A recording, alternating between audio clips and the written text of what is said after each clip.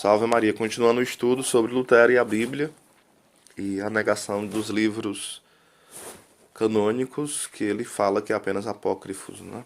Ele não usa esses termos propriamente, mas vai negando como autênticos. Continuando, sobre a carta de São Tiago, ele fala o seguinte: mas este Tiago não faz nada mais do que levar a lei e suas obras. Além disso, ele joga as coisas juntas muito caoticamente, que me parece ele deve ter sido algum homem bom e piedoso, que pegou alguns ditos dos discípulos, dos apóstolos, e assim os jogou no papel. Ou talvez tenha sido escrito por alguém com base em sua pregação. Ele chama a lei de liberdade, embora Paulo chame a lei da escravidão, da ira, da morte e do pecado.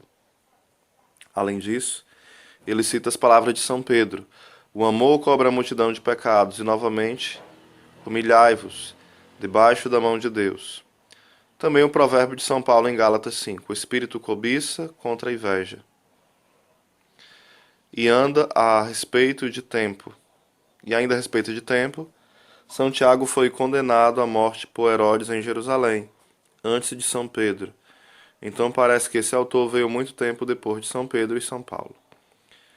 Em uma palavra, ele queria se proteger contra aqueles que confiaram em fé sem as obras, mas estava inconstante a tarefa de espírito, pensamento e palavras.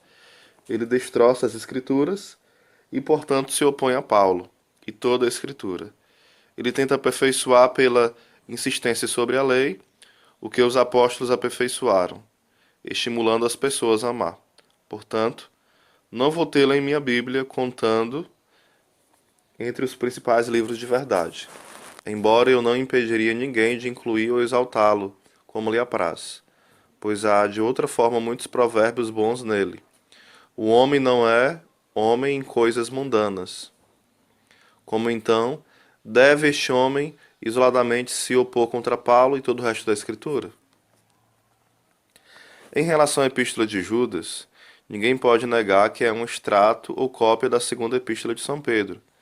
Todas as palavras são muito parecidas. Ele também fala dos apóstolos como um discípulo que vem muito depois dele, e cita frases e incidentes que não são encontrados em nenhum outro lugar das Escrituras. Isso levou os antigos patriarcas a excluírem esta epístola do corpo principal das Escrituras. Além disso, o apóstolo Judas não foi para terras de língua grega, mas para a Pérsia, como é dito, de modo que ele não escreveu grego. Portanto, embora eu valorize este livro, é uma epístola que não precisa ser contada entre os principais livros que deveriam lançar as bases da fé. Lutero outorga para si o poder de decidir em qual livro quer crer e livremente tece comentários sobre os livros, como se fosse senhor deles, e capaz de dizer se um livro é inspirado ou não, baseado no que ele acha certo ou não. Diz que a Epístola de Judas não deve ser usada para confirmar a doutrina, ou seja, como ele diz, lançar as bases da fé. Logo percebemos quanto subjetivos são os argumentos de Lutero para a definição do cânon bíblico. Sobre o livro de Apocalipse, também ele fala algumas coisas. No prefácio, o Apocalipse nega a inspiração desse mesmo livro e diz que não pôde detectar a presença do Espírito Santo nele. Olha o que diz Lutero. Sobre o livro do Apocalipse de João, deixo todos livres para terem suas próprias opiniões.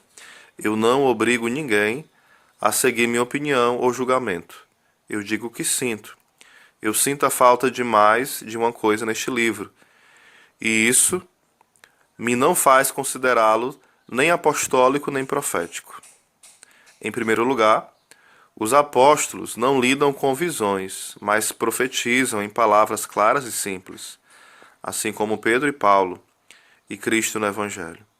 Por isso convém ao mundo apostólico falar claramente de Cristo e suas obras, sem imagens e visões. Além disso, não há profeta no Antigo Testamento e também nada do Novo que lida de forma exclusiva com visões e imagens. Para mim, acho que se aproxima do quarto livro de Esdras, Apocalipse de Esdras. Eu não posso de maneira nenhuma detectar que o Espírito Santo o produziu. Além disso, ele me parece estar ainda longe demais quando ele elogia o seu próprio livro tão altamente. Na verdade, mais do que qualquer um dos outros livros sagrados, faz apesar de serem muito mais importantes, e ameaça que se alguém tirar qualquer coisa dele, Deus se apartará dele. Mais uma vez, elas supõem abençoar quem guardar o que está escrito neste livro, e ainda ninguém sabe o que é, pois não diz nada a guardar. Este é o mesmo como se não tivéssemos o livro, e há muitos livros muito melhores disponíveis para guardarmos. Muitos dos pais rejeitaram este livro há muito tempo. São Jerônimo com certeza se refere a ele em termos exaltados, e diz que está acima de todo louvor, e de que há muitos mistérios nele como palavras.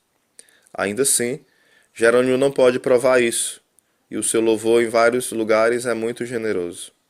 Finalmente, vamos todos pensar como o seu próprio espírito o guia. Meu espírito não pode acomodar-se a este livro. Para mim, isso é razão suficiente para não pensar muito nele. Cristo não é nem ensinado nem conhecido nele.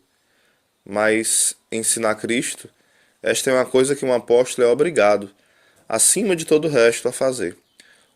Como Cristo diz em Atos 1, vós sereis minhas testemunhas, por isso me atenho aos livros que apresentam Cristo para mim de forma clara e pura. Se os protestantes afirmam que Lutero veio para reformar a Igreja, ele também queria reformar a Bíblia e adaptá-la aos seus desejos e pensamentos. Embora os protestantes subsequentes a Lutero tenham adotado seus princípios, sola fide, sola escritura, parece que não adotaram o mesmo cano bíblico que ele. Ora, se Lutero errou em seu julgamento sobre quais livros são inspirados, será que não se equivocou também em relação às outras doutrinas da Igreja? Fica a pergunta.